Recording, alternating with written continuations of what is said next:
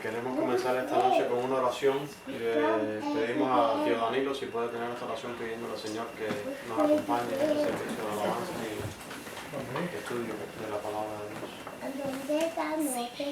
Bendito Padre Celestial, estoy delante de tu presencia. Yo me arrepiento de mis pecados, Señor. Te suplico que me perdones, Padre querido, y escuches mi oración. Alabado sea tu nombre. Cuánto te agradecemos la oportunidad que tú nos concedes de estar nuevamente reunidos aquí en familia para rendirte culto a ti, Señor, que mereces todo, eres el digno de alabanza y de gloria, Dios mío.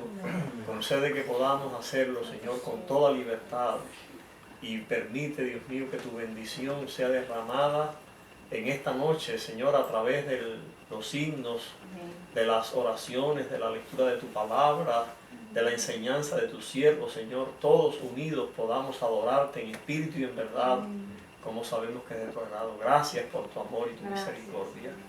En el nombre de Jesús te lo pedimos todo. Amén.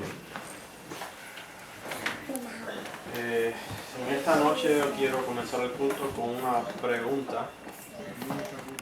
¿Tú crees que Dios te ama? ¿Cómo no? Si contestas que sí, entonces, ¿de qué tamaño, como dicen los niños, crees que Dios te ama?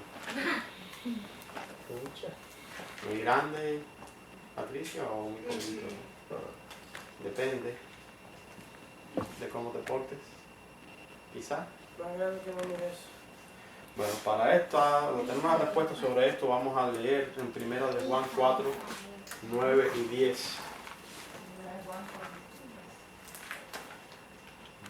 Juan 4. Dice así: en esto se mostró el amor de Dios para con nosotros, en que Dios envió a su Hijo unigénito al mundo para que vivamos por Él. Amén. En esto consiste el amor, no en que nosotros hayamos amado a Dios, sino que Él nos amó a nosotros y envió a su Hijo en propiciación por nuestros pecados. Amén. Gloria a Dios. Amén. Dios fue capaz de entregar a su propio Hijo, y en esto vemos el tamaño del amor de Dios. No es Amén. solo que nos ama un poquito o según nosotros nos portemos, es que antes de que nosotros lo amáramos, hiciéramos algo para demostrarle amor nosotros a Él, Él envió a su Hijo para con nosotros, para propiciación por nosotros. Alabado sea su nombre, gloria a Dios. Vamos a cantar Amén. el himno número 77, el amor de Dios.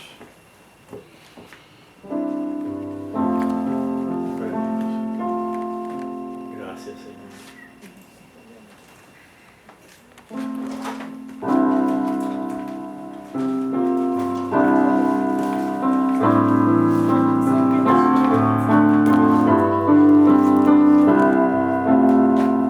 Oh amor de Dios, tu inmensidad, el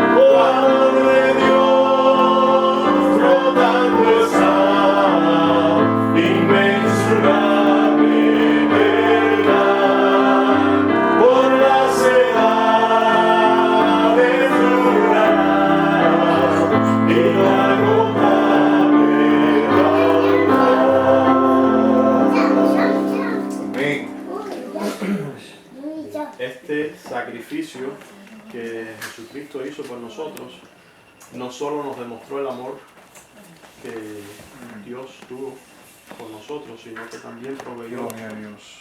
la herramienta de salvación necesaria para que nosotros pudiéramos ser libres del pecado y poder vivir vidas felices con Cristo.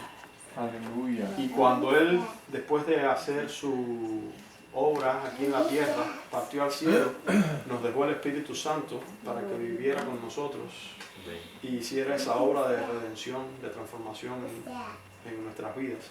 Vamos a leer Gálatas 2:20.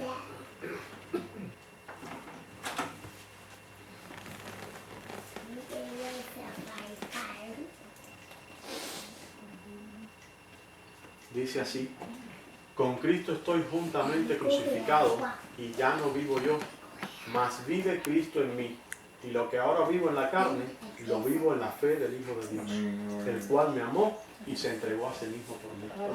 Cristo vive en nosotros y todo lo que vivimos, aún en la carne, lo vivimos a través de Él. Amén. Amén. Gloria a Gracias le damos a Cristo por esta bondad, esta gracia que tuvo con nosotros, Dios. Amén. de hacernos partícipes de su victoria sobre la carne, y ahora nosotros sin necesidad de, Amén. porque no hubiéramos podido hacerlo, somos partícipes de esa santidad que Él obtuvo, de esa salvación que nos proveyó para nosotros. Vamos a cantar otro himno, el 49, Cristo nos abrió el camino al cielo. Amén.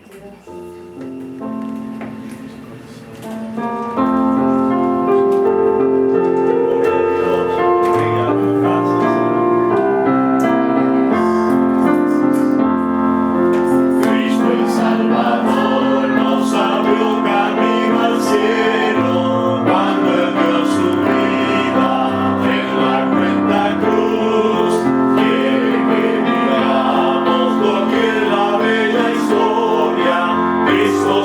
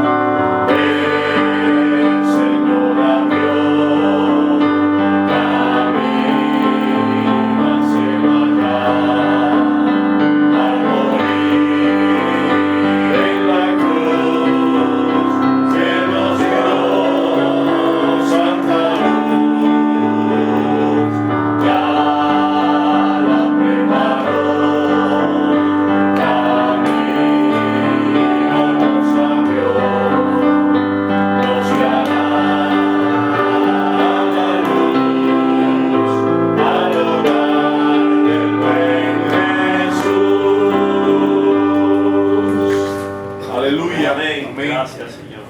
Yo creo que tiene algo. Sí, quiero cantar.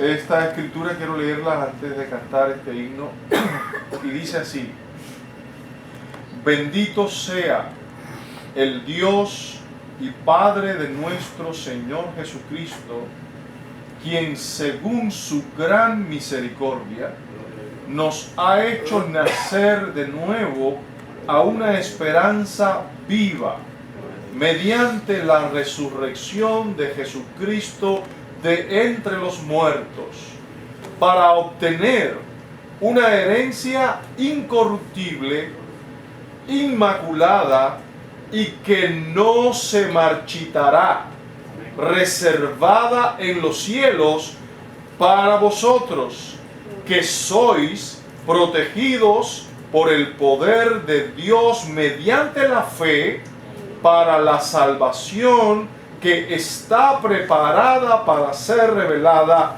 en los últimos tiempos. Alabado sea el Señor por esta gloriosa, grandiosa misericordia que ha derramado sobre nuestras vidas y esa protección poderosa que nos cubre mediante la fe puesta en Jesucristo. Por eso quiero cantar esta alabanza que dice: no te rindas. Ya que hemos emprendido un camino junto a Jesús, no debemos flaquear, debemos enfocar toda nuestra atención en ese Dios que ha mostrado ese gran amor para con nosotros, esa bondad de Dios, esa herencia que no se corrompe, que no tiene mácula alguna, arruga alguna, y la promesa de una salvación plena, sin las angustias del presente, sin los temores del presente, sin los afanes del presente, junto con Cristo por toda una eternidad. Escucha esta alabanza y Dios tome toda la honra. Dice así: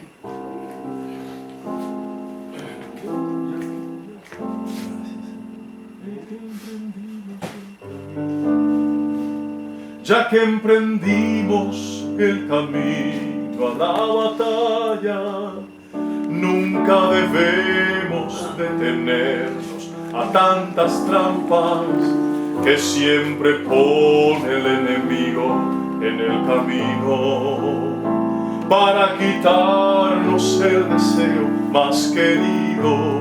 Hay que tener gran valentía y sentimientos y un corazón lleno de amor, lleno de paz, para decirle a tanta gente que se pierde que solo Dios les puede dar lo que hoy no tienen. Hay tanta gente que se pierde sin saber que hay una fuente de esperanza y nueva vida que fue encarnada para morir por tus pecados en una cruz donde allí fue crucificado.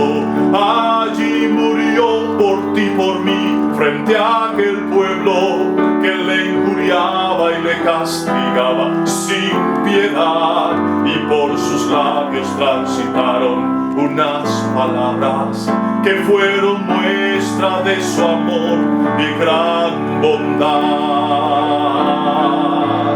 No te rindas, aunque sientas que tu vida se te acaba, y aunque digan que tu vida no está en nada, sigue en pie y caminando. No te rindas,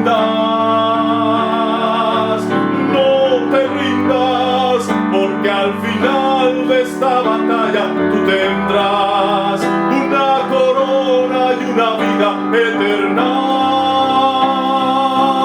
para siempre jamás. Sigue adelante caminando, sigue en pos, con paso firme caminando y sin temor, que aunque adelante habrán tropiezos alrededor, Pon tu confianza en las manos del Señor, que en los momentos de dolor te sostendrá, te ayudará si te sientes desmayar. Y si tu camino oscuro está, allí Él estará, y con su luz te alumbrará, te alumbrará.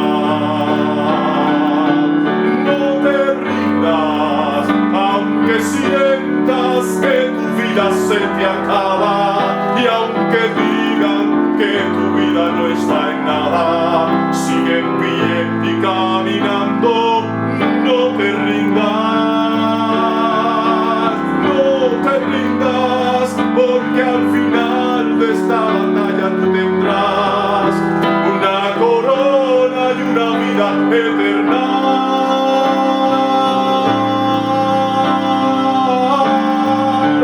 Para siempre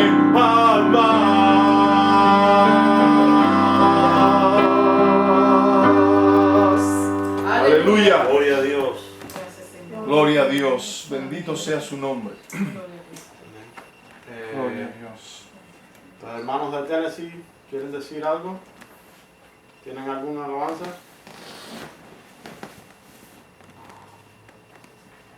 ¿No? No escuchan los hermanos de Así Dios. está. Sí, es que yo tengo un micrófono cerrado. Si yo cierro el micrófono, no se oye. Oh, sí. Bueno, y de por acá, ¿alguien más quiere? ¿El cantar? poeta? No te resignes antes de perder. No te resignes Amén, gloria a Dios. antes de perder Definitivo. definitiva e irrevocablemente la batalla que libras. Aleluya. Lucha erguido y sin contar las enemigas vuestras. Mientras veas resquicios de esperanza, no te rindas. Gloria a Amén. Dios. La suerte gusta de acumular los imposibles para vencerlos en conjunto siempre con el fatal y misterioso golpe de su masa de Hércules. ¿Sabes tú si el instante en que ya fatigado desesperes es justo aquel que de definitiva realización de tu ideal precede? Quien alienta una fe tenaz, al lado más torvo compromete en su favor. El sino a la fe solo es vulnerable y resistir no puede. Amén. La fe otorga el divino privilegio de la casualidad a quien la tiene en grado heroico. Cuando las tinieblas y los espectros y los trasgos lleguen a inspirarte pavor, cierra los ojos, embraza tu fe toda y arremete. Aleluya. Verás como los monstruos más horribles, al embestirlos tú, se desvanece. se desvanecen. Aleluya. Aleluya. Gloria a Dios. Cuanto se opone a los designios puros del hombre es irreal. Tan solo tiene la imaginaria vida que le dan nuestro miedo y nuestra fiebre. Dios quiso en su bondad que los obstáculos para aguzar las armas no sirviesen. Quiso que el imposible estuviera no más para vencerle, como está la barrera en los hipódromos, a fin de que la salten los corceles. Gloria sea tu nombre, Señor. Búrlate pues de cuanto en el camino tu altivo impulso de tener pretende. No cedas ni a los hombres ni a los ángeles. Con un ángel luchó Jacob inerme por el espacio entero de una noche, y el ángel le bendijo, complaciéndose en la suprema audacia del mancebo, Aleluya. a quien llamó Israel, Amén. porque era fuerte contra Dios. Ama mucho, que el que ama embota hasta los aguijones de la muerte. Que tu fe trace un círculo de fuego entre tu alma y los monstruos que la cerquen. Y si es mucho el horror de los fantasmas que ves, cierra los ojos y arremete. Aleluya. Gloria a Dios. Gloria a Dios. Bien, vamos a entonces ya tener la oración por la clase de hoy. Gloria a Dios. Y le pedimos a Johannes si puede. Gracias, Señor.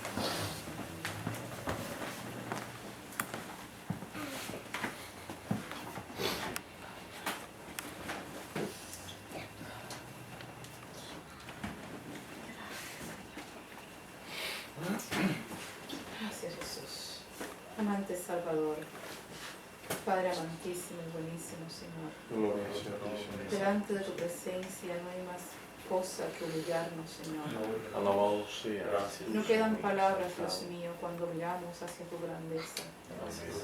Y cuando nuestra alma se puede acurrucar, refugiar en ti. Por eso te alabamos, te glorificamos, te damos gracias, Señor. Y te pedimos, Dios mío, que nunca nos faltes. Gracias, Señor. Te rogamos en esta hora, Dios mío, en favor de esta clase que hemos de compartir, Señor, de nuestras ideas que queremos traer, Dios mío, pero no para ponerlas por práctica ni por obra, sino para compararlas a las tuyas, Dios Santo, y poder hacer tu voluntad, Dios mío. Queremos rendirnos a ella, Señor.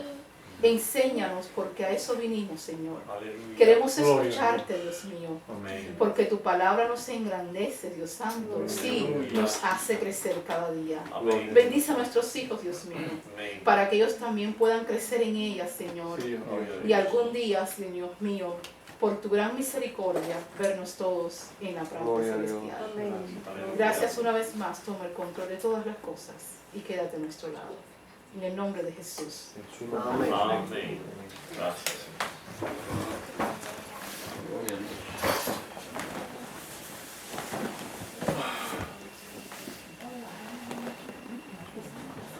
Bueno, comenzamos ya la clase de esta noche. ¿Cuántos pudieron leer los textos bíblicos?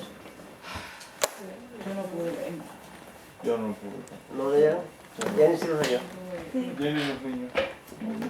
Los niños los leyeron. Bueno, como sabíamos, pues esta noche vamos a un poco analizar el viaje que Pablo realizó a Jerusalén, que está en los capítulos 20 y 21 del libro de los Hechos. Vamos a comenzar leyendo los versículos 15 y 16. Hechos 20, 15 y 16, los que tengan su Biblia pues pueden usarla, si lo desean. Hechos 20, 15. 20, 15 y 16. Yo voy a leer aquí en la Reina Valera, la revisión de 1995. Amén. Aquí está. Navegando de allí, al día siguiente llegamos delante de Quío y al otro día tocamos puerto en Samos. Hicimos escala en Trogilio y al día siguiente llegamos a Mileto. Pablo se había propuesto pasar de largo a Éfeso para no detenerse en Asia, pues se apresuraba por estar el día de Pentecostés, si le fuera posible, en Jerusalén.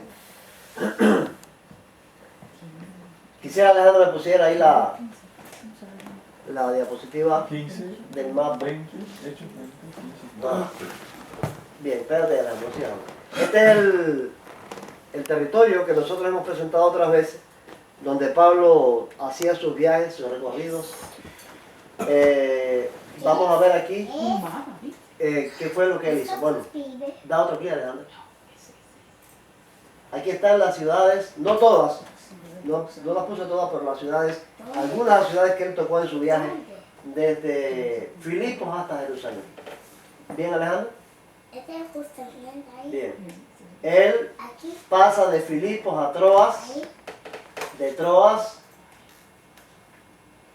a Samos, hay otros pueblos por el medio, de Samos a Trogilio, de Trogilio a Mileto. Detente ahí. Aquí dice que él había pasado de largo a Éfeso. ¿Ves? Éfeso está más adentro en la tierra y él iba apurado porque quería pasar, si era posible, aquí en Jerusalén en la fiesta de Pentecostés, y entonces siguió de largo, no llegó a Éfeso, pero desde Mileto él llamó a los ancianos de Éfeso y les expuso ciertas cosas ahí como despedida.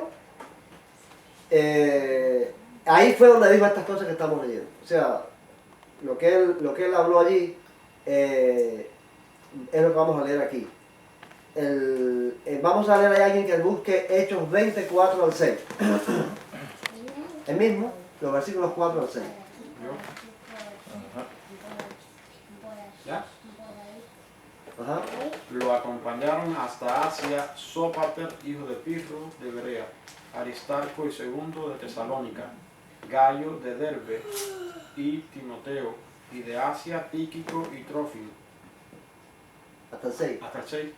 Estos, habiéndose adelantado, nos esperaron en Troas, y nosotros, pasados los días de los panes sin levadura, zarpamos de Filipos, y en 5 días nos reunimos con ellos en Troas, donde nos quedamos 7 días. Ah, bueno.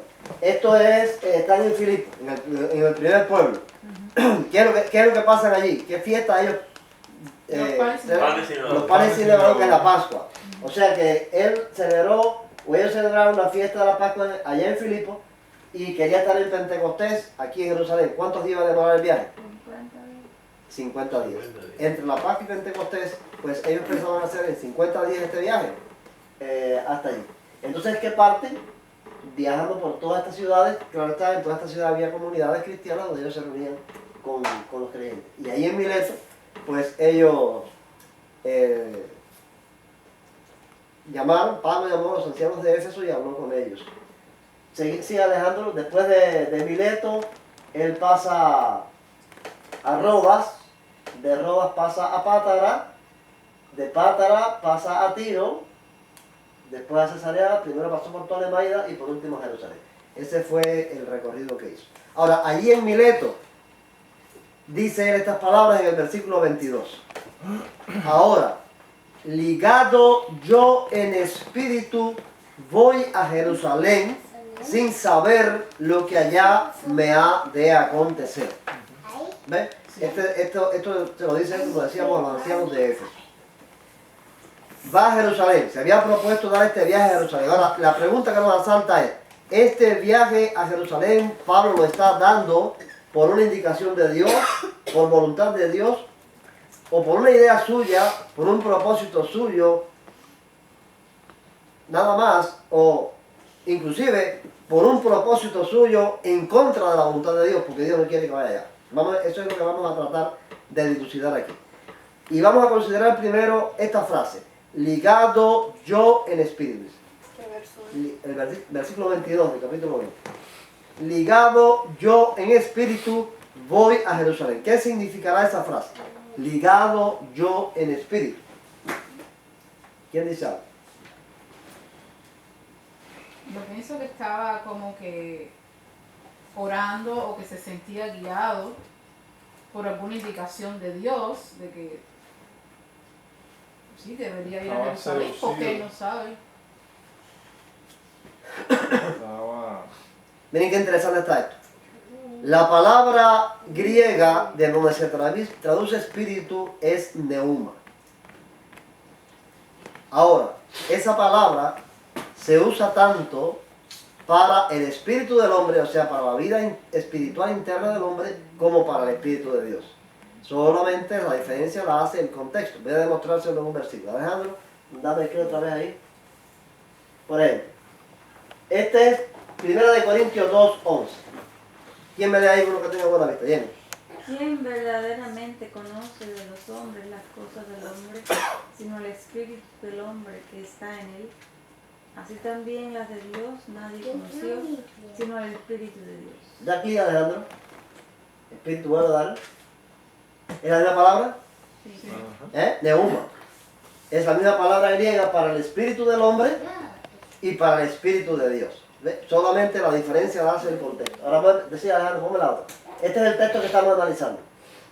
Y ahora mirad que, estando atado en el espíritu, voy a Jerusalén, las cosas que en ella aguárdanme, no sabiendo.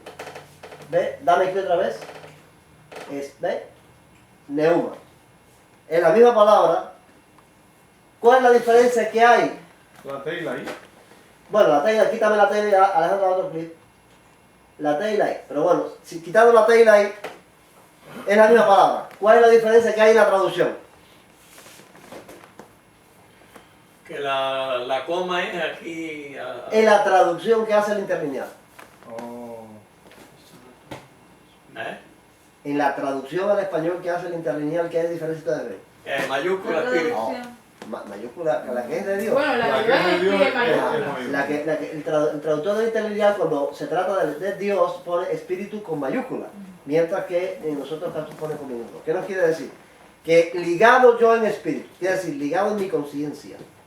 Miren cómo traduce en otras versiones, dice dispuesto en espíritu, impulsado por el espíritu, obligado por el espíritu, encadenado por el espíritu, atado en espíritu. O sea, es una obligación de conciencia, no es Dios. ¿Por qué decimos que no es Dios? Tenemos que atender el contexto. En estos textos que leímos, en más de una ocasión, los hermanos, por el Espíritu Santo, le dicen a Pablo que no suba a Jerusalén. Entonces no podemos pensar que este Espíritu sea el Espíritu de Dios, porque no puede estar el Espíritu de Dios diciendo a los hermanos, díganle a Pablo que no vaya a Jerusalén, y a él le está diciendo, ve a Jerusalén. ¿Se dan cuenta? O sea, el contexto está diciendo que el Espíritu de Dios indica que no vaya a Jerusalén, que no tiene que hacer nada en Jerusalén. Este Espíritu es el de él, es la conciencia de él. Él está ligado por su propia conciencia en ir a Jerusalén. Ahora, ¿cuál sería la razón de esta atadura de Pablo en su conciencia? ¿Sentiría Pablo algún compromiso consigo mismo para con los israelitas, para con los demás judíos? ¿Qué ustedes A lo creen? mejor. Vamos a leer ahí, alguien que lea Romanos 9, 1 al 4.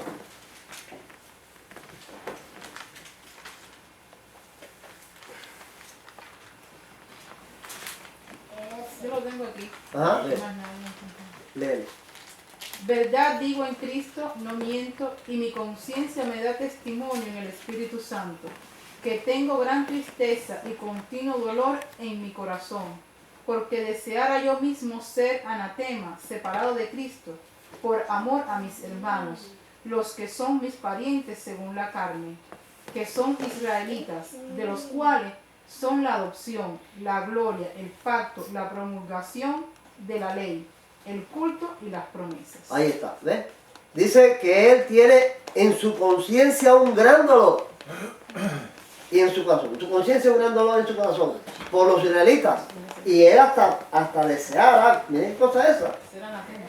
Ser anatema, maldición, separado de Cristo. Por amor a ellos. Para salvarlos. Entonces, yo creo que este viaje de Pablo a Jerusalén, algunos les he oído decir que Pablo era tosudo. En un tiempo yo pensé igual así, pero analizando todos estos casos, yo creo que lo que Pablo tenía era un gran amor, un gran dolor, más que un amor quizás, por lo que se estaban perdiendo, porque él había encontrado el mensaje de salvación, el verdadero, el real, y él no podía admitir, él no podía creer que la gente de él, los judíos, los israelitas igual que él, no aceptaran ese mensaje, mientras los gentiles estaban aceptando por todas partes, los israelitas no. Entonces yo creo que este viaje a Jerusalén tiene ese propósito, tiene el propósito de llegar allá a decirles, a hablarles aunque lo maten. Dice, yo no solamente estoy dispuesto a ser atado, sino a morir en Jerusalén por el nombre del Señor Jesucristo. Amén. Sin embargo, nosotros sabemos que Pablo fue llamado para ser apóstol de quienes, De los gentiles. de los gentiles. A Jerusalén No de hay que hacer judíos. nada. A Jerusalén no tenía que ir a hacer nada. ¿En qué lugares? Fíjense, en qué lugares el Espíritu Santo daba testimonio a Pablo sobre las prisiones y tribulaciones que sufriría en Jerusalén. Vamos a leer en el versículo siguiente, el 23, que dice, de ahí del mismo 20.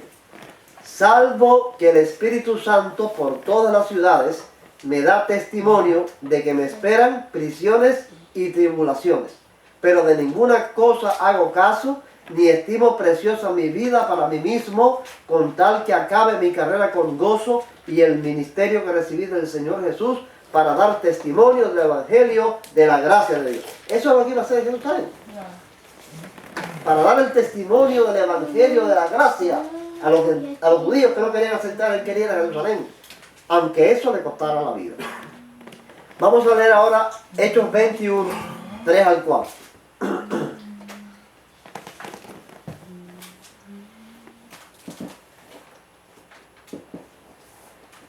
Al avistar Chipre, vuelvo a ponerme el mapa, Alejandro. Al avistar Chipre, ve Chipre, esta ciudad, esta isla que hay ahí. Al avistar Chipre, dejando la mano izquierda, navegamos a Siria y llegamos a Tiro. porque el barco había de descargar allí. Hallamos a los discípulos y nos quedamos allí 7 días, y ellos, por el Espíritu, decían a Pablo que no subiera a Jerusalén. Wow. ¿Cuál es? Los versículos 3 y 4 del capítulo 21. Esto ocurre en Tiro. Les viene a la memoria qué persona era de allí, una persona importante en los evangelios, muy mencionada en los evangelios. Es de allí, de Tiro, o de la región de Fenicia. ¿Quién es? Timoteo. ¿No? En los evangelios de Cristo. En los evangelios de Cristo. La mujer de la hija estaba atormentada por Ajá, la mujer sirofenicia, que tenía la hija atormentada por un demonio, y vino a Cristo, y cuando Cristo le dijo, no es digno el pan de los hijos dárselo a los perrillos, ella le dijo, Señor, pero los perrillos, bueno, ¿estaría esta mujer aquí entre estos hermanos? ¿Eh? ¿Estaría entre estos hermanos que por el Espíritu le decían a Pablo, no subas a Jerusalén? Quizás, ¿verdad? Ella y su hija estarían allí. Podemos imaginarlo, podemos pensarlo, porque ella era creyente en Jesucristo. No creo que después de aquello que recibió se quedara en la incredulidad del paganismo, igual que estaba antes. Les voy a hacer una pregunta de verdadero o falso. Estos hermanos amaban tanto a Pablo que le decían, no subas a Jerusalén, no vayas a Jerusalén. ¿Verdadero o falso? Falso. ¿Falso por qué? Pudiera ser que lo amaran de verdad, pero eso no es lo que dice la Escritura. La Escritura dice que se lo decían por el Espíritu. Por el Espíritu. No era un asunto del amor, del hermano, del cariño que le tenían, de que no querían que estuviera en Jerusalén para que no peligrara su vida. Esto se lo decían por el Espíritu. El Espíritu Santo, ahí había profetas seguro. Mentira, porque en todas las iglesias de ese tiempo había profetas. Y ahí le decían, no subas porque el Espíritu no quiere. Dios no quiere que vayas hasta Jerusalén. Vamos a seguir leyendo los versículos 10 en adelante. Mientras nosotros permanecimos allí algunos días, ¿dónde? En Tiro. Descendió de Judea un profeta llamado Agabo, quien viniendo a vernos, tomó el cinto de Pablo, se ató los pies y las manos y dijo, esto dice el Espíritu Santo, no es asunto de Agabo, así atarán los judíos en Jerusalén al hombre de quien es este cinto y lo entregarán en manos de los gentiles. Al oír esto, le rogamos nosotros y los de aquel lugar que no subiera a Jerusalén. Pero Pablo respondió, ¿qué hacéis llorando y quebrantándome el corazón? Pues yo estoy dispuesto no solo a ser atado, sino también a morir en Jerusalén por el nombre del Señor Jesús. Como no lo pudimos persuadir, desistimos diciendo, hágase la voluntad del Señor. Este es otro. Dice, él mismo dice, leímos un poco antes que dice, el Espíritu por todas partes me dice, ya desde antes, desde Filipo, donde él venía, el Espíritu le viene diciendo, porque eso lo dijo en Mileto, que prisiones y tribulaciones me esperan en Jerusalén. El Espíritu me está advirtiendo, aquí ya en Tiro, para ir ya para Jerusalén, en tierra ahí de Palestina. El último profeta se aparece ahí, Agabo, y hace esta declaración profética. ¿De dónde era Agabo? Dice, ¿de dónde era? Dice que descendió de Judea, ¿no? De Judea, venía de Judea, era un judío que venía de allá. ¿Qué se ató a Agabo? Con el cinto de Pablo. Las manos y los pies. Agabo era un profeta certero. ¿Qué otra profecía se conoce de él? Vamos a leerlo ahí en Hechos 11, 27 y 28. Hechos 11, 27. Y 28. Dice aquí así la palabra.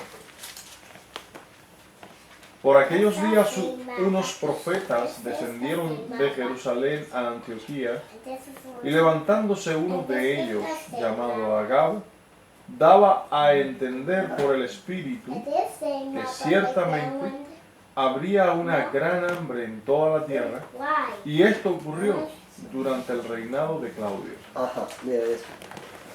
de Jerusalén fueron a Antioquía. Ustedes saben que el centro, Antioquía era el centro de la predicación de los gentiles. Ahí salió Pablo en todos sus servicios de oro. De Jerusalén fueron a Antioquía. Antioquía se convirtió en un centro importante de la cristiandad.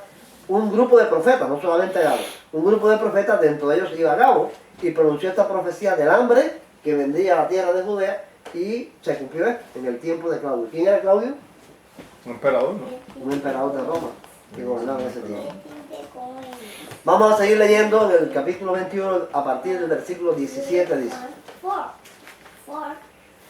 cuando llegamos a Jerusalén, ya llegamos aquí, los hermanos nos recibieron con gozo. Y quisiera que atendieran bien a esto, porque aquí este es el centro del asunto. El centro del asunto del viaje de Jerusalén está aquí. Al día siguiente, o sea, al otro día de haber llegado, Pablo entró con nosotros a ver a Jacobo. Y se hallaban reunidos todos los ancianos, a los cuales, después de haberlos saludado, les contó una por una las cosas que Dios había hecho entre los gentiles por su ministerio. Cuando ellos lo oyeron, glorificaron a Dios y le dijeron: ya ves, hermanos, cuántos millares de judíos hay que han creído y todos son celosos de la ley.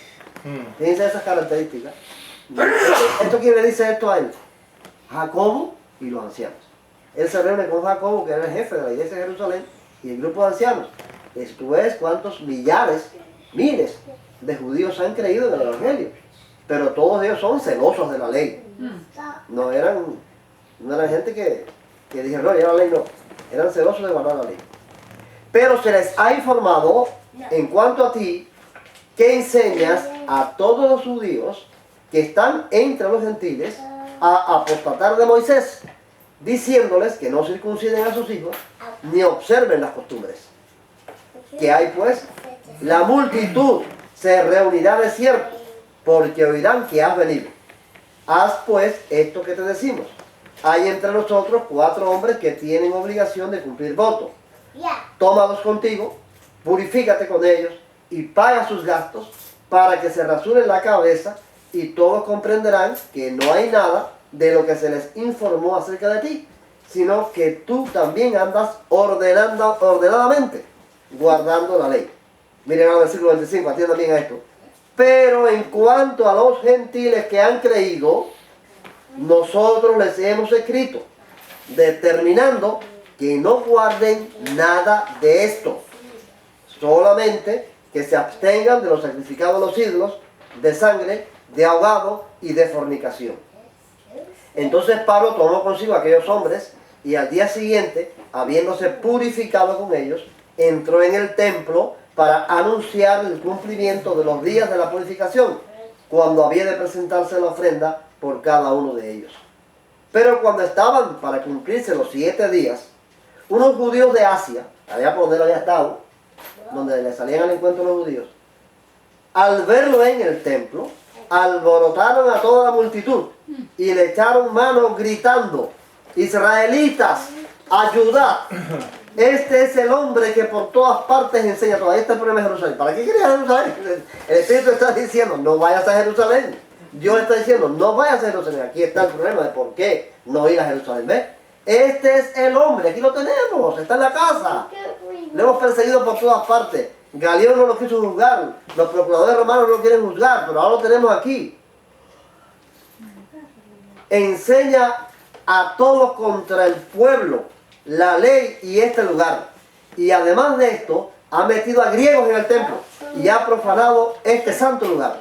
Decían esto porque antes habían visto con él en la ciudad a Trófimo de Éfeso, a quien pensaban que Pablo había metido en el templo.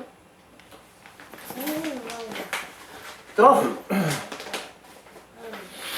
Estamos estudiando el bautismo de 12 hombres en Éfeso. ¿Sería uno de ellos Trófimo? Dice Trófimo de Éfeso. Quizás este era uno de los 12 que recibieron el bautismo del Espíritu Santo. Cuando Pablo llegó, les dijo: ¿recibieron? No sabíamos. ¿Se recuerdan de eso? Sí. Estudiamos hace poco. Bueno, hay uno que es Trófimo de nombre, que es de Éfeso. Toda la ciudad se alborotó y se agolpó el pueblo. apoderándose de Pablo, lo arrastraron fuera del templo e inmediatamente cerraron las puertas. Intentaban ellos matarlo, cuando se le avisó al comandante de la compañía que toda la ciudad de Jerusalén estaba alborotada. ¿Quién era este comandante? Este era Lisias, que era el comandante romano. Era el comandante romano que estaba allí al frente de la tropa que había en Jerusalén de los romanos. El comandante, inmediatamente tomó soldados y centuriones y corrió a ellos. Cuando ellos vieron al comandante y a los soldados, dejaron de golpear a Pablo. Entonces, llegando el comandante, lo prendió y lo mandó a atar con 2 cadenas y preguntó quién era y qué había hecho. Pero entre la multitud, unos gritaban una cosa y otros otra. Y como no podían entender nada de cierto a causa del alboroto, lo mandó llevar a la fortaleza, o sea, lo llevaron para el cuartel. Al llegar a las gradas, aconteció que era llevado en peso por los soldados, a causa de la violencia de la multitud. Porque la muchedumbre del pueblo venía detrás gritando, ¡muera! Bueno, de todo esto que leemos aquí, vamos a ver cuáles son los cargos, diríamos hoy, ¿no? Los cargos que son las acusaciones, ¿verdad? ¿Cuáles son los cargos contra Pablo? Entre las cosas que Jacobo y los ancianos le dicen, y las cosas que gritan los judíos de Asia, podemos sacar 7 cargos, 7 acusaciones contra Pablo. La primera es apostatar de Moisés. No circunciden a sus hijos. No observen las costumbres. Enseña a todos en contra del pueblo. Enseña a todos en contra de la ley. Enseña a todos contra este santo lugar, el templo. Ha profanado este lugar santo, el templo. 7 cargos, 7 acusaciones fuertes de los judíos contra Pablo. Ahora, ¿qué reconocen los líderes de la iglesia en Jerusalén? O sea, Jacobo y los ancianos somos los gentiles. ¿Qué reconocimiento hay, Daniel? La conversión. Son los gentiles. ¿Qué reconocen ellos? Eduardo, ¿qué reconoce? Que no tiene que guardar. El versículo 25, léelo otra vez. El versículo 25. Dice, pero en cuanto a los gentiles que han creído, nosotros le hemos escrito, habiendo decidido que deben abstenerse de los sacrificios a los ídolos y de sangre y de lo estrangulado y de fornicación. Eso fue cuando el concilio se reunió y Jacob El se capítulo levantó y dijo Jacob fue el que dijo eso. que después fue el jefe. Y después fue el jefe, que Jacob al fin y al cabo no era apóstol. Jacobo era un hermano de Cristo que llegó a ser el director, el jefe de la iglesia de Jerusalén. Ahora, vamos a hacer esta pregunta, a ver si alguien me la contesta. 2 preguntas. ¿Cuál era la acusación contra Pablo? En resumen, las 7 esas. ¿Cuál era la acusación contra Pablo y cuál no era la acusación contra Pablo? Bueno, la que no era que había metido griegos en el templo. Ajá. Esa es la que no era. ¿Y cuál era?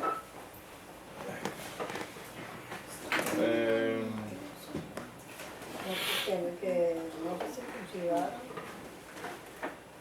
Porque Bueno, el resumen, estaba diciendo que el resumen, no los detalles de las acusaciones, no de las 7, sino No. los detalles del resumen. Alborota. La acusación era que estaba pervirtiendo y aconsejando a los judíos en contra de Moisés y de la ley. Esa era la acusación.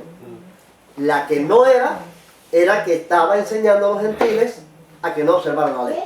No sé si me van a entender. O sea, a él lo acusaban de que estaba haciendo estas cosas con los judíos. Los gentiles, no hay problema. Con los gentiles no hay problema. Los gentiles no tienen que guardar estas cosas. Pero si los judíos están siendo incitados por ti a que no guarden la ley, a que no se circunciden, a que no tengan en cuenta las costumbres de la ley de Moisés y las cosas que ellos hicieron, eso sí es un problema. La acusación era por el problema con los judíos, que estaban diciendo que Pablo estaba aconsejando a los judíos a no guardar la ley. Que le dijera a los gentiles que no tenían que guardar la ley, eso no les preocupaba a ellos. No era esa la acusación. La acusación era que estaba a los gentiles que se están convirtiendo, les está diciendo que no guarden la ley, que no se circunciden. Ese era el problema. No, ya nosotros le dijimos que eso no tienen que hacerlo. El problema está en que aquí se dice que tú estás diciendo a los judíos que viven allá lo mismo que le está diciendo a los gentiles. O sea, la acusación es que él estaba predicando el mismo mensaje que le estaba predicando a los judíos también. Esa es la acusación. Ahora, ¿sería eso verdad o sería eso mentira?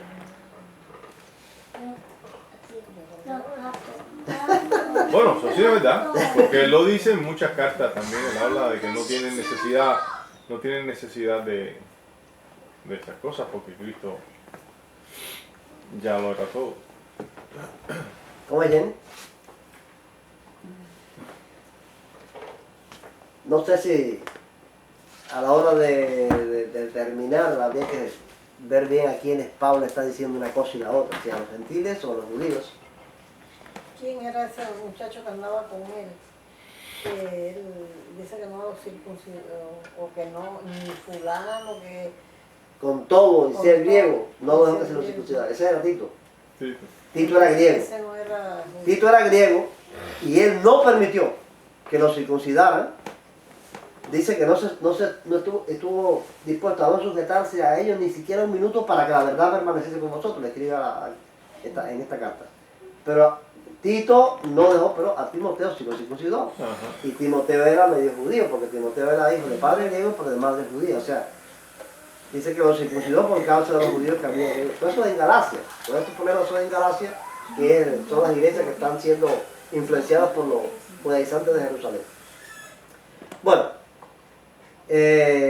no sé si fuera cierto o no fuera cierto la acusación esta de lo que él estaba haciendo contra los judíos, pero lo que sí es cierto que la acusación está centrada en eso, en que él está desviando a los judíos de la ley de Moisés. A los gentiles no se les considera un problema que haga eso, o con los gentiles no se considera un problema.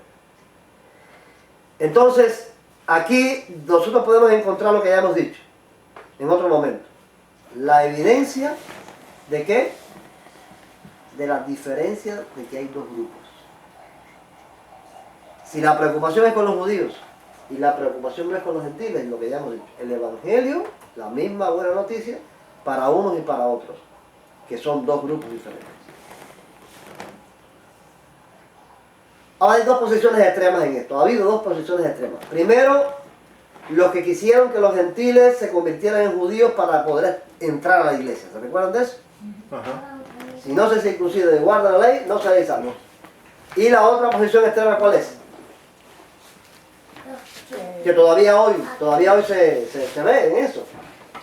Que los gentiles tienen que... No, esa es la posición, esa es una Pero los posición. judíos ya no tienen entonces Que los judíos, para ser verdaderos cristianos, tienen que dejar de ser judíos. tienen que dejar de... O sea, hay dos posiciones extremas en esto. Que los gentiles que se convierten tienen que acceder a ser judíos circuncidados y guardando la ley. La otra posición es que los judíos, cuando se convierten a Cristo, tienen que dejar de ser judíos y no guardar la ley. Son las dos posiciones extremas. ¿Cuál sería el término medio? ¿Qué nos muestra la Escritura? Jenny, ¿qué nos muestra la Escritura del término medio? Que los judíos sigan haciendo lo que la ley le enseñó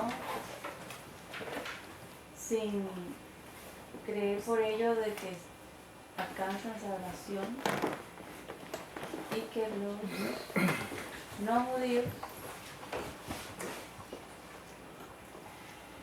no nos sujetemos a los ritos y Las las tradiciones. tradiciones, Pensando que en eso vamos a tener paso a paso. pensando igual que en eso. O sea, yo creo que es interesante, muy interesante eso. Los judíos no tienen que dejar de guardar la ley y las costumbres y los ritos siempre que en Cristo encuentren al Salvador y guarden todas sus cosas porque es su religión.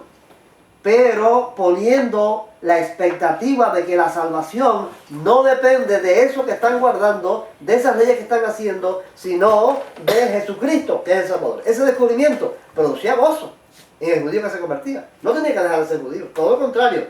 Incluía a Jesucristo como el Salvador y todas aquellas fiestas y todas aquellas rituales, todas aquellas cosas que obraban en ellos un nuevo significado, una nueva expectativa, un nuevo gozo en ver en Jesucristo el cumplimiento de todas aquellas cosas. Y ya no creo en esto, ya no soy salvo por guardar esto, soy salvo porque Jesucristo es el que me salva.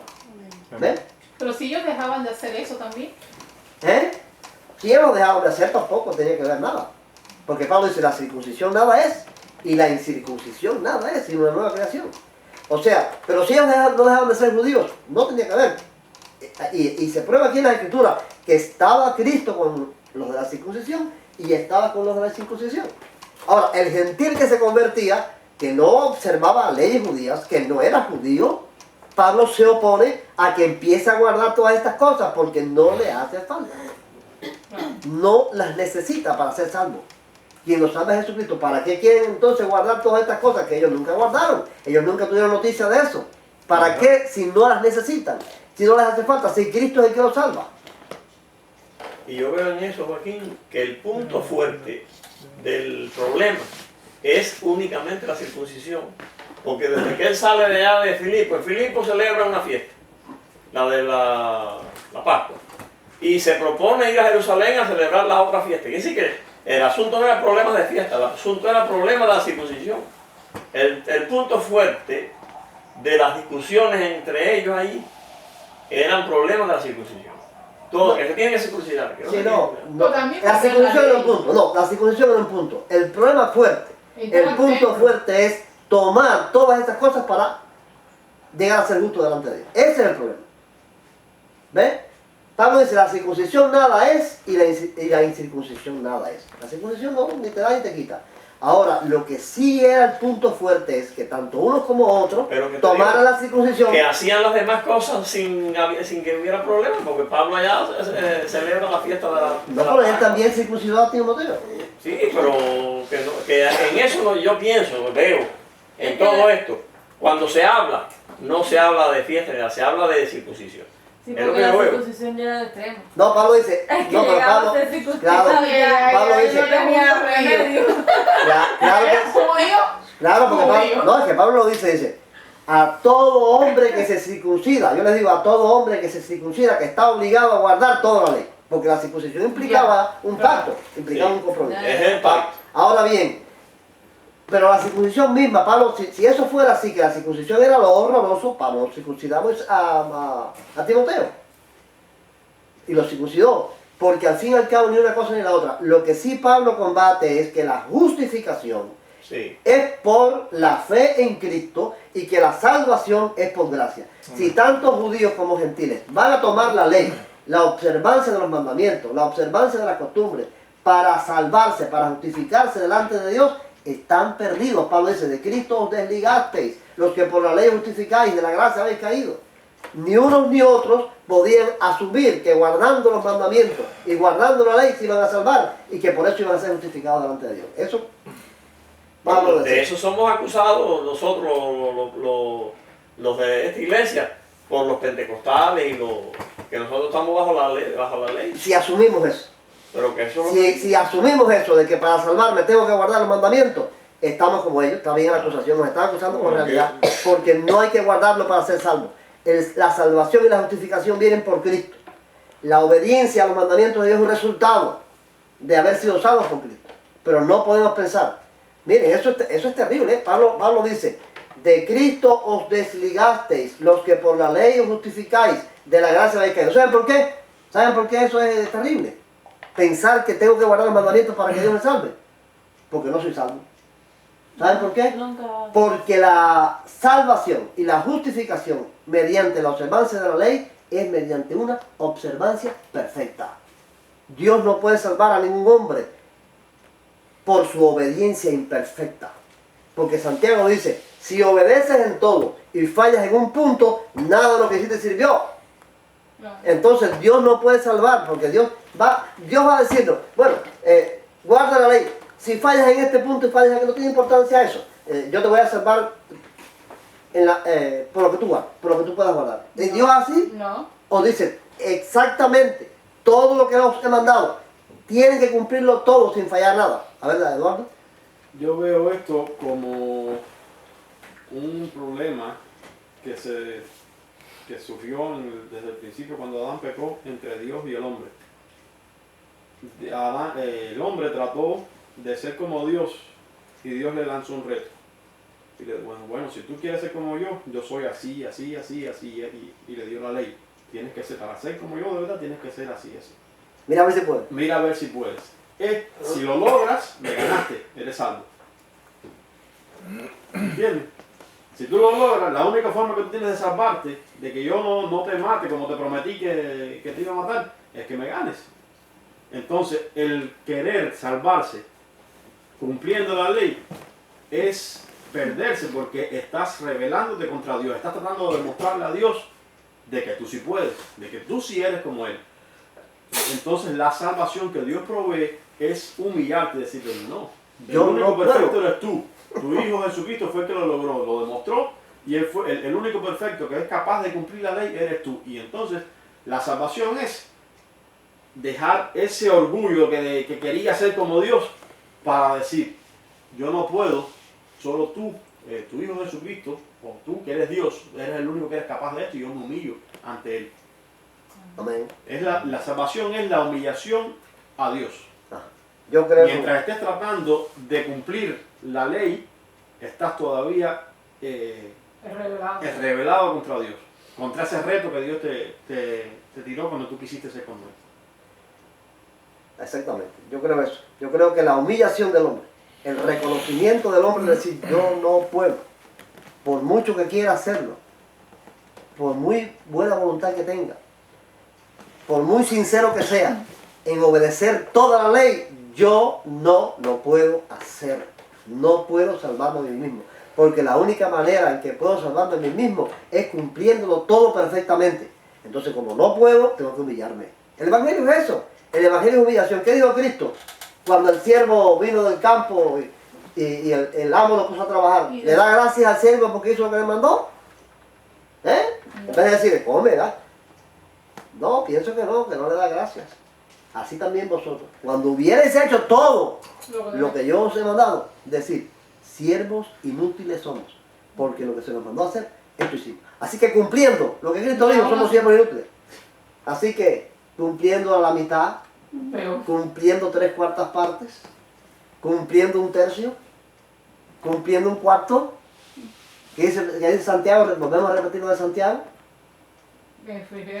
El que guarda toda la ley, pero ofende en un punto, es hecho culpable de todos, aún de la que guardó. Entonces aparece ante Cristo y ante Dios como culpable. Aparece como transgresor, no como justo, si fallas en uno.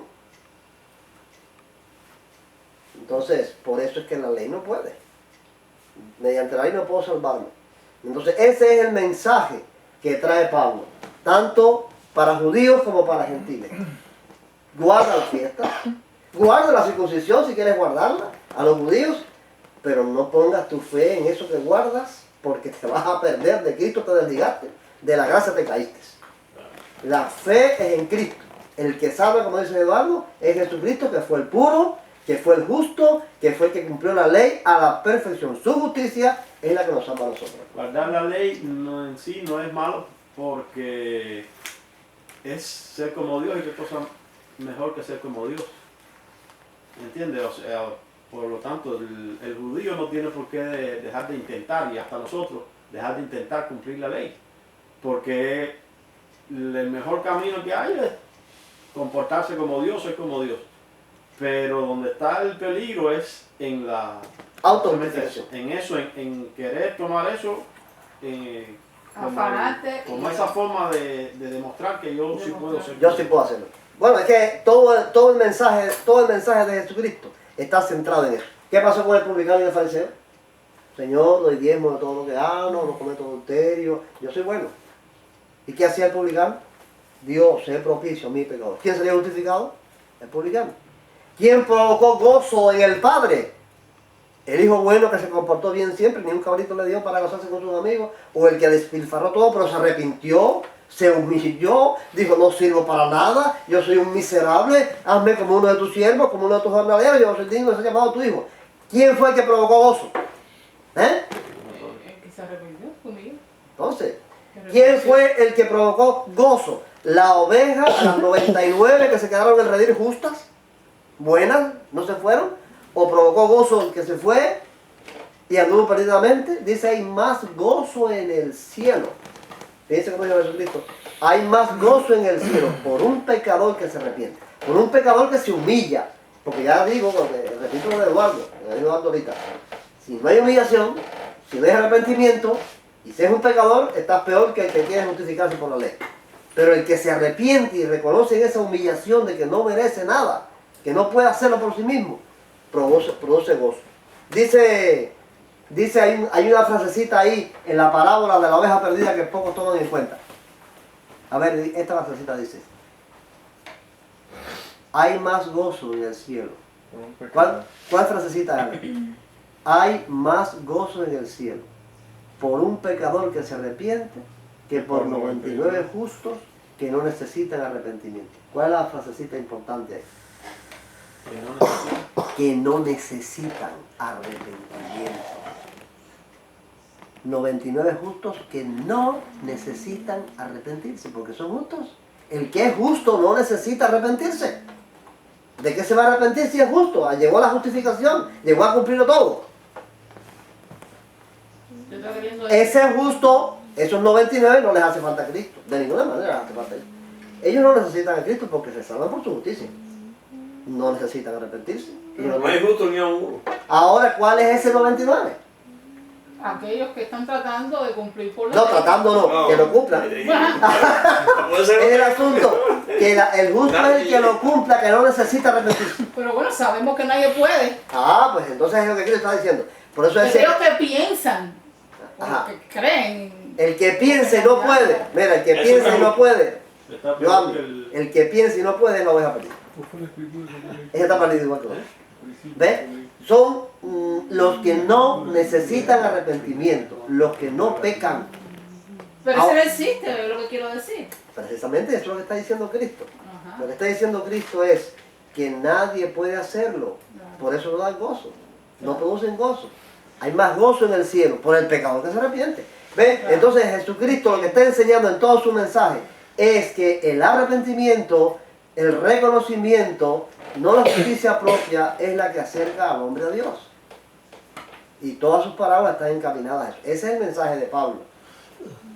Ahora bien, vamos a terminar ya leyendo. Y vamos a leer los últimos versículos del 22, 17 al 21 dice. 17. 22, 17 al 21 de Hechos. Volví a Jerusalén y mientras estaba orando en el templo, me sobrevino un éxtasis.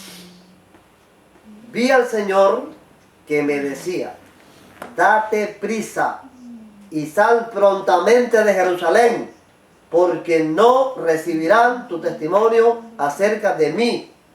Yo dije, Señor, ellos saben que yo encarcelaba y azotaba a todos en las sinagogas, a los que creían en ti.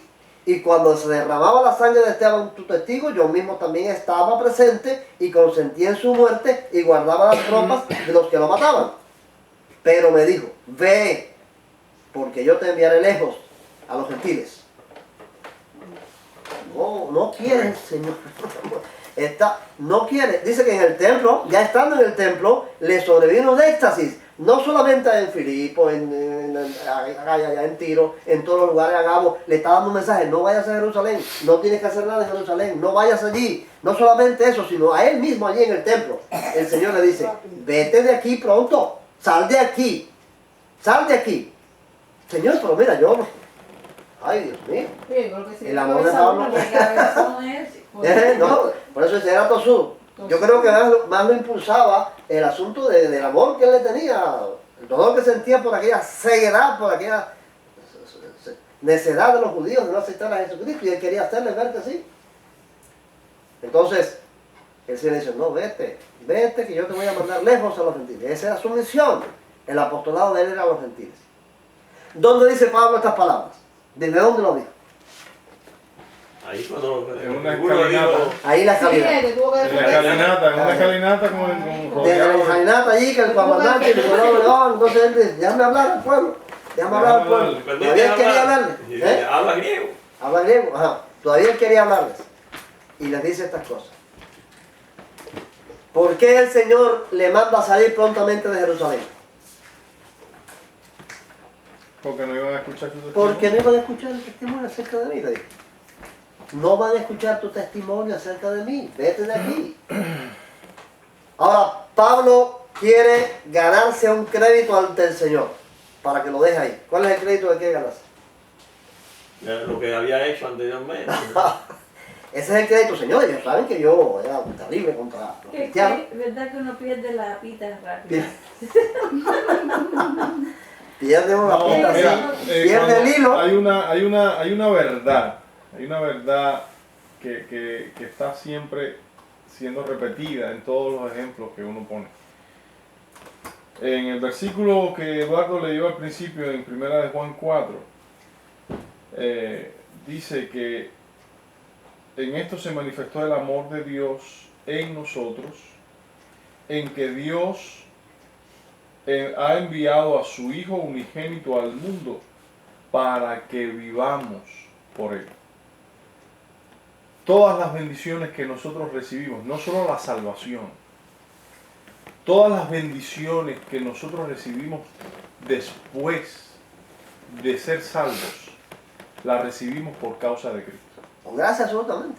No las recibimos por nuestra obediencia, que es el resultado o la señal de la salvación. Hay un interés en obedecer a Dios porque Él cambia nuestras prioridades, pero siempre va a ser imperfecta. Todas las bendiciones que nosotros recibimos, que yo les digo, le he dicho a mis hijos, las recibimos por causa del sacrificio que hizo Cristo. No solo la salvación, no solo la fe. Vivimos por Él. Vivimos por él.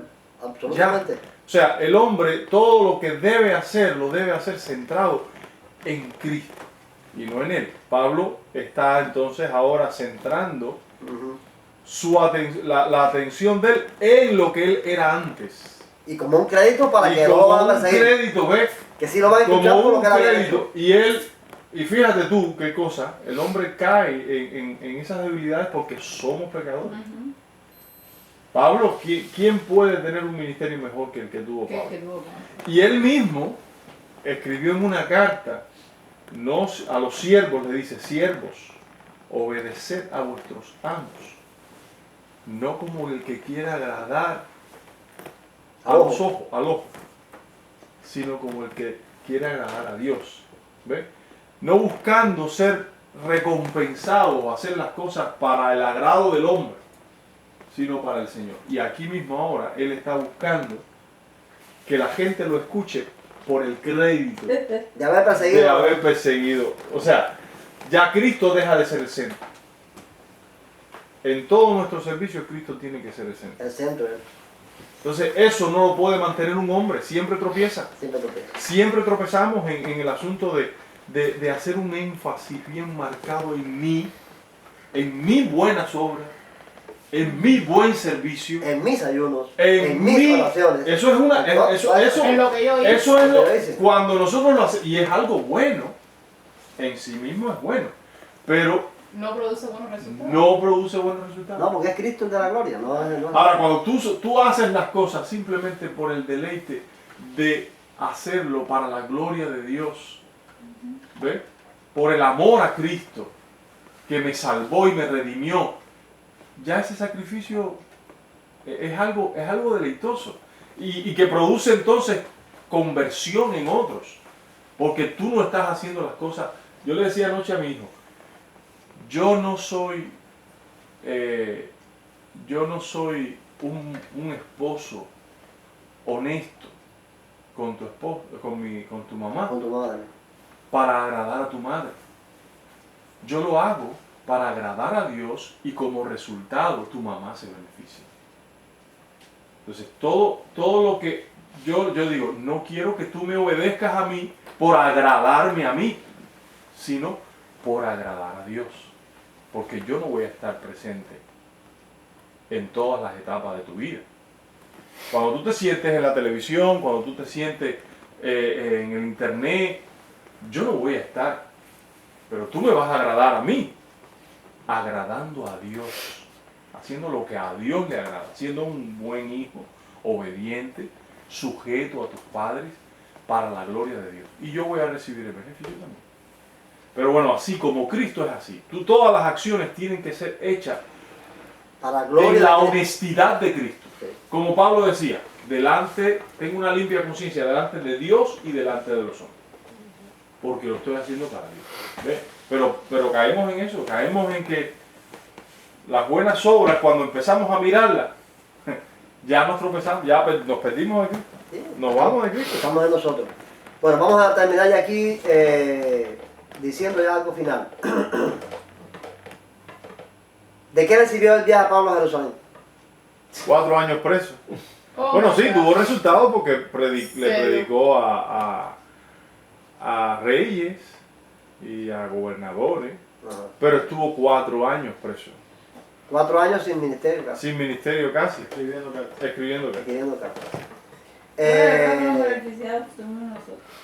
Sí, porque tenemos Quedó todas la carta. ¿Cómo recibían el mensaje? Usted sabe que el mensaje central de Pablo era la justificación por la fe y la salvación por gracia. Esos son los temas que hay que tener bien presentes. ¿Cómo recibían este mensaje la gran mayoría de los judíos? ¿Cómo te lo pides? ¿Eh? Ser justificados poniendo la fe en un hombre sin guardar la ley. Era eso. El hombre es justificado por la fe sin las obras de la ley. Era la prédica de Pablo. Eso para un judío era un tiro de pistola en una iglesia. Eso era algo terrible. Que él dijera eso.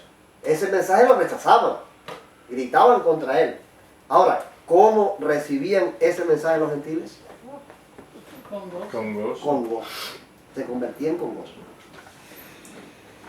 Y aquí está la diferencia a la que queremos llegar en estos estudios que estamos haciendo sobre la obra del Espíritu Santo. Dice Pablo aquí en este texto, voy a leer, 2 de Corintios. Juan. 2 de Corintios 3, 6 al 9. Y es manifiesto que sois carta de Cristo, expedida por nosotros, escrita no con tinta, sino con el Espíritu del Dios vivo, no en tablas de piedra, sino en tablas de carne del corazón, el cual asimismo nos capacitó para ser ministros de un nuevo pacto, no de la letra, sino del Espíritu, porque la letra mata, pero el Espíritu da vida. Si el ministerio de muerte, grabado con letras en piedra, fue con gloria, tanto que los hijos de Israel no pudieron fijar la vista en el rostro de Moisés a causa del resplandor de su rostro, el cual desaparecería, ¿cómo no será más bien con gloria el ministerio del Espíritu? Si el ministerio de la condenación fue con gloria, mucho más abundará en gloria el ministerio de justificación. ¿Qué ejemplo me ponen aquí ahora mismo? Ahora mismo, sencillo, los evangelios, donde esta diferencia entre el ministerio del Espíritu, el ministerio de los mandamientos escritos en piedra, el ministerio de la ley, que es de muerte, que es de condenación,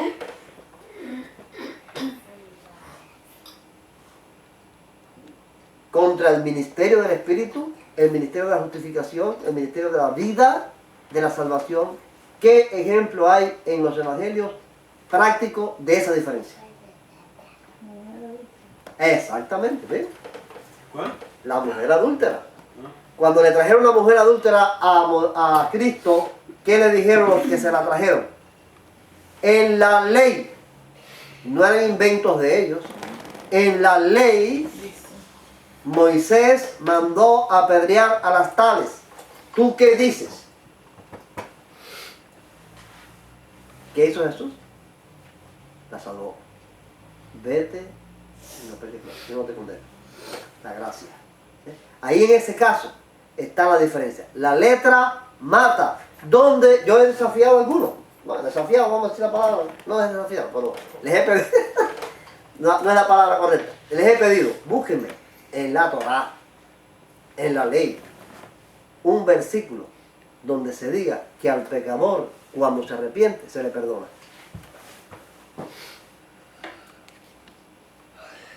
Búsquenme uno. Si usted me encuentra un versículo en la Torá que diga que cuando a un pecador se arrepiente, reconoce su pecado, se le perdona, yo digo, oye, es verdad que el Evangelio estaba en la Torá. La gran diferencia entre la Torá y el Evangelio está en eso, en que la ley mata, es un ministerio de muerte, es un ministerio de condenación, pero el ministerio del Espíritu da vida, da perdón, es el ministerio del Evangelio. Esa es la gran diferencia entre la Torá y el Evangelio, que muchísimos no quieren reconocer. Hay una gran diferencia. La ley mata, la ley condena, la gracia, el Evangelio salva, perdona. La mujer adulta es el ejemplo. Entonces, ese mensaje es el que tiene que ver con la obra del Espíritu Santo. La obra del Espíritu Santo es en el mensaje de la gracia. Por eso estamos estudiando esto, ¿no? Yo dije que queríamos estudiar esto para llegar a la conclusión de cuál es la obra del Espíritu Santo. El Espíritu Santo obra cuando se practica la gracia, la salvación. En el ministerio de la ley, en el ministerio de la condenación, en el ministerio de los castigos, de las sanciones, el Espíritu Santo no obra. La religión se seca, la religión se hace ritualista, la religión se hace de cumplimientos, pero el Espíritu no se manifiesta.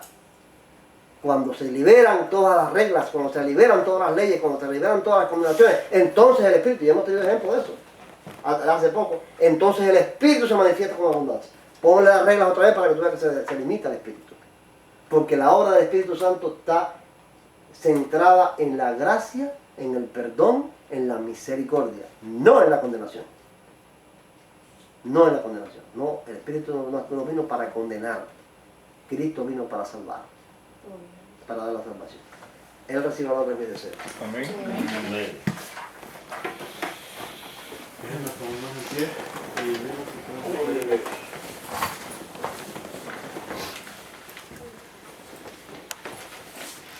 Bendito Dios, te damos infinitas gracias por tu amor. Gracias, Señor. Perdónanos siempre, Dios mío, porque necesitamos mucho de ti. Ayúdanos a entender estas cosas.